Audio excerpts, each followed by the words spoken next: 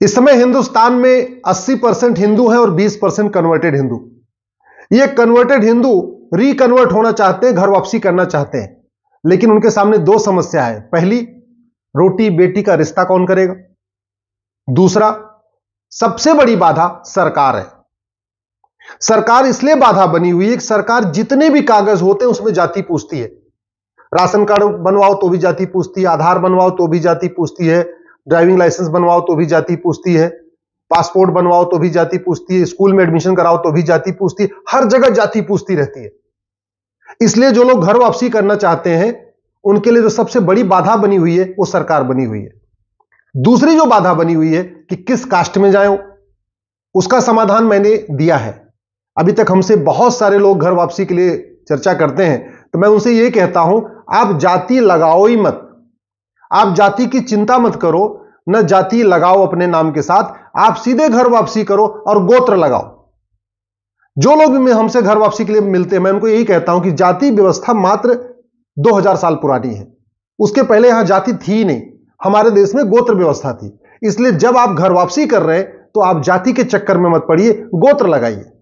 और गोत्र की अच्छी बात यह है कि वही गोत्र केरल में भी होता है, वही कश्मीर में भी होता है, वही गुजरात में भी होता है, वही बंगाल में भी होता है। गोत्र की अच्छी बात यह है कि भाषा कोई भी हो, बंगाली हो, गुजराती हो, मराठी हो, तेलुगु हो, तमिल हो, मलयालम हो, गोत्र कॉमन होता है। यानी गोत्र लगाने से ना आपकी जाति की पहचान होगी, ना भाषा की पहचान होगी, ना क्षेत्र की पहचान होगी। आप भारत में कहीं लगाओ, कहीं पे भी एक गोत्र लगा लो, कहीं पे भी रहो, आपको कोई आइडेंटिफाई भी नहीं कर पाएगा कि आप रहने वाले कहां के हो, क्योंकि गोत्र तो पूरे through out the India common है। इसलिए जो लोग घर वापसी करना चाहते हैं मैं उनसे रिक्वेस्ट करता हूं, जाति के चक्कर में मत पड़िए, आप गोत्र लगाना शुरू करिए। अब सवाल यह है गोत्र कौन सा लगाएं, तो गोत्र हम आपको 50 गोत्र हम बता देते हैं।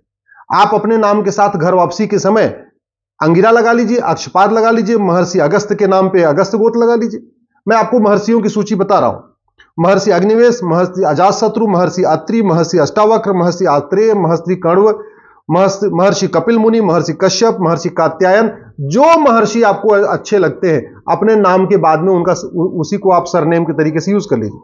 आप महर्षि गर्ग है, महर्षि कृपाचार्य है, महर्षि कात्यायन है, महर्षि गोविला है, महर्षि गौर है, महर्षि च्यवन है, महर्षि जमदग्नि है, महर्षि दत्तात्रेय, महर्षि दधीच, महर्षि धेवल, महर्षि धौम्य, महर्षि परशुराम, महर्षि पराशर, महर्षि पुलस्त्य, महर्षि भारद्वाज, महर्षि भरूच, महर्षि भृगु, महर्षि गौतम, महर्षि मैत्रायण।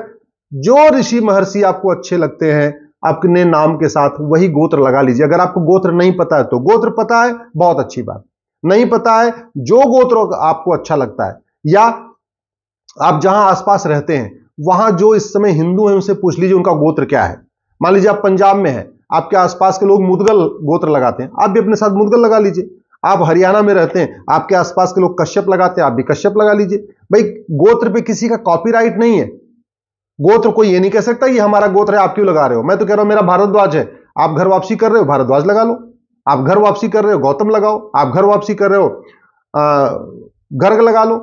इसी तरीके से महर्षि याज्ञवल्क है, महर्षि लोमस है, महर्षि वशिष्ठ है, महर्षि वात्यायन है, महर्षि वामदेव है, महर्षि वाल्मीकि, महर्षि विश्वा, महर्षि विश्वामित्र, महर्षि व्यास, महर्षि सरभंग, महर्षि सुखदेव, महर्षि शुक्राचार्य, महर्षि सत्यकाम, महर्षि जाबाल, जिनके नाम पे जबलपुर चल रहा है। तो आप जबलपुर के आसपास रहते हैं तो अपने नाम के साथ जाबाल लगा लीजिए, महर्षि जाबाल के नाम पे वो शहर बसा हुआ है।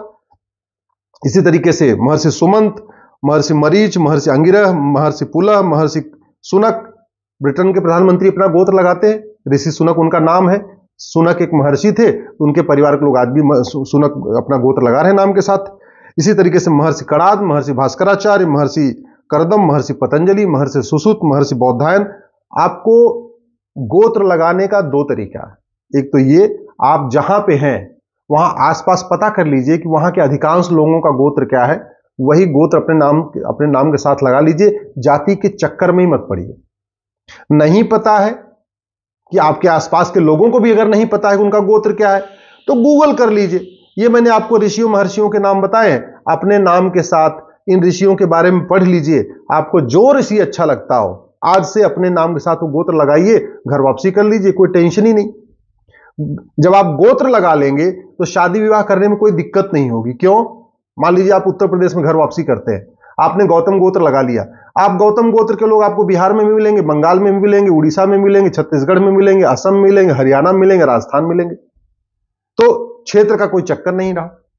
मान लो आप महर्षि भारद्वाज लगा लेते हैं, महर्षि भारद्वाज के लोग आपको तमिल बोलने वाले भी मिलेंगे, मराठी बोलने वाले भी मिलेंगे, गुजराती बोलने वाले भी मिलेंगे, मलयालम बोलने वाले भी मिलेंगे, उत्तर प्रदेश में बिहार में हिंदी बोलने वाले भी मिलेंगे। गोत्र ऐसा है जो भाषावाद से ऊपर है, गोत्र ऐसा है जो क्षेत्रवाद से ऊपर है, गोत्र ऐसा है जो जातिवाद से ऊपर है। ब्राह्मण, क्षत्रिय, वैश्य, दलित सबका गोत्र कॉमन है। इवन कश्मीर से कन्याकुमारी तक सबका गोत्र कॉमन है। पश्चिम से पूरब, गुजरात से लेकर असम तक गोत्र आपको कॉमन मिलेगा। तो गोत्र भाषावाद खत्म करता है, गोत्र क्षेत्रवाद खत्म करता है, गोत्र पंथवाद खत्म करता है। और इवन जैन का गोत्र, बौद्ध का गोत्र, सिख का गोत्र और हिंदू का गोत्र कॉमन है। तो यानी आने वाले टाइम में अगर आप गोत्र लगाएंगे तो आपको रोटी बेटी का रिश्ता करने में कहीं कोई दिक्कत नहीं आएगी। आप अपने नाम के साथ गोत्र लगाएंगे तो आप ब्राह्मण में भी विवाह कर सकते हैं, क्षत्रिय में भी विवाह कर सकते हैं, वैश्य में भी कर सकते हैं, दलित में भी कर सकते हैं, क्योंकि गोत्र ब्राह्मण, क्षत्रिय, वैश्य, दलित का कॉमन है। अगर आप गोत्र लगाएंगे तो आप बंगाल में भी शादी विवाह करिए, गुजरात में भी करिए, तमिलनाडु में भी करिए, केरल में भी करिए। क्यों? क्योंकि सब हर जगह का गोत्र कॉमन है। भाई 100 गोत्र है, पूरा भारत उन्हीं 100 गोत्र से जुड़ा हुआ है। जहां जहां ऋषियों के आश्रम थे, महर्षियों के आश्रम थे, वहां के लोग अपना अपना गोत्र लगाना शुरू कर लिए। लेकिन सरकार को आगे आना पड़ेगा। इस समय बहुत बड़ी मात्रा में लोग घर वापसी करना चाहते हैं, लेकिन जो सरकारी कागज है उस पर जो जाति पूछी जा रही है वो सबसे बड़ी रुकावट है घर वापसी के लिए। ये मैं प्रैक्टिकली बता रहा हूं। मैंने कानपुर में बहुत सारे परिवार घर वापसी करना चाहते हैं, बिहार के बहुत सारे परिवार घर वापसी करना चाहते हैं। उनसे बात करने के बाद ये मैंने महसूस किया कि उनको घर वापसी में समस्या कहां से आ रही है। एक ही दो समस्या, एक रोटी बेटी का रिश्ता, उसका समाधान मैंने बता दिया कि आप, मैं तो हमसे जो कहता है घर वापसी करना, मैं कह रहा हूं गोत्र लगाओ। गौतम, गर्ग, गौर, ठीक है, भारद्वाज, जो गोत्र अच्छा लगता है, जो ऋषि आपको अच्छे लगते हैं उस ऋषि को उसी को अपना गोत्र मान लो, अपने नाम के साथ वही गोत्र लगाना शुरू कर दो। 4 से 10 साल के बाद सब सामान्य हो जाएगा। लेकिन सरकार को आगे बढ़ाना पड़ेगा। मैं सरकार से निवेदन करता हूं, केंद्र सरकार से निवेदन करता हूं, यह संविधान कहता है कि आप जाति के आधार पर बांटेंगे नहीं किसी को। फिर आप सरकार जाति क्यों पूछ रही है? मैं माननीय प्रधानमंत्री से निवेदन करता हूं, आप केवल सरकारी कागजों से जाति का कॉलम हटा दीजिए। मैं गारंटी के साथ कहता हूं, जो 20% कन्वर्टेड हिंदू हैं ये खुशी खुशी घर वापसी कर लेंगे। आप जाति व्यवस्था खत्म कर दीजिए, गोत्र व्यवस्था इंप्लीमेंट कर लीजिए। आपको अगर कॉलम देना भी है राशन कार्ड में, पासपोर्ट में, ड्राइविंग लाइसेंस में, वोटर आईडी में, अगर आपको पूछना भी है, आप गोत्र पूछिए। जाति क्यों पूछ रहे हैं? जाति व्यवस्था मात्र 2000 साल पुरानी है, गोत्र व्यवस्था हमारी हजारों साल पुरानी है। तो अच्छा यह होगा कि जो हमारी पुरानी व्यवस्था है उसको बहाल करिए। इसी तरीके से धर्म मत पूछिए, धर्म तो एक ही है, सनातन धर्म। पंथ पूछिए, पंथ में आपको जो जैन होगा वो जैन लिखेगा, बौद्ध होगा बौद्ध लिखेगा, सिख होगा सिख लिखेगा। पंथ पूछिए और गोत्र पूछिए, न धर्म पूछिए न जाति पूछिए, क्योंकि धर्म एक ही है, धर्म का कोई विकल्प नहीं है। सनातन धर्म एक ही है, धर्म एक है, पंथ अनेक है। इसलिए धर्म तो पूछिए मत किसी भी सरकारी कागज में, उसमें पंथ पूछिए। और गोत्र भी मात्र 2000 साल पुरानी व्यवस्था है। क्रिश्चियनिटी और कास्टिज्म, इस जब से ये क्रिश्चियनिटी आई है उसके बाद कास्टिज्म आया, जातिवाद। उसके पहले था नहीं। भारत में अपने नाम के साथ पहली बात तो लोग पहले लगाते ही नहीं थे। आप देख लीजिए, पांडव 5 भाई थे, किसी ने अपनी जाति लगाई? कृष्ण बलराम ने जाति लगाई? भगवान राम लक्ष्मण भरत शत्रुघ्न ने जाति लगाई? नहीं, जाति व्यवस्था थी ही नहीं। हमारे देश में तो व्यवस्था ये थी, जो जिस क्षेत्र का रहता था अपना वो एक तो गांव का नाम लगा लेता था।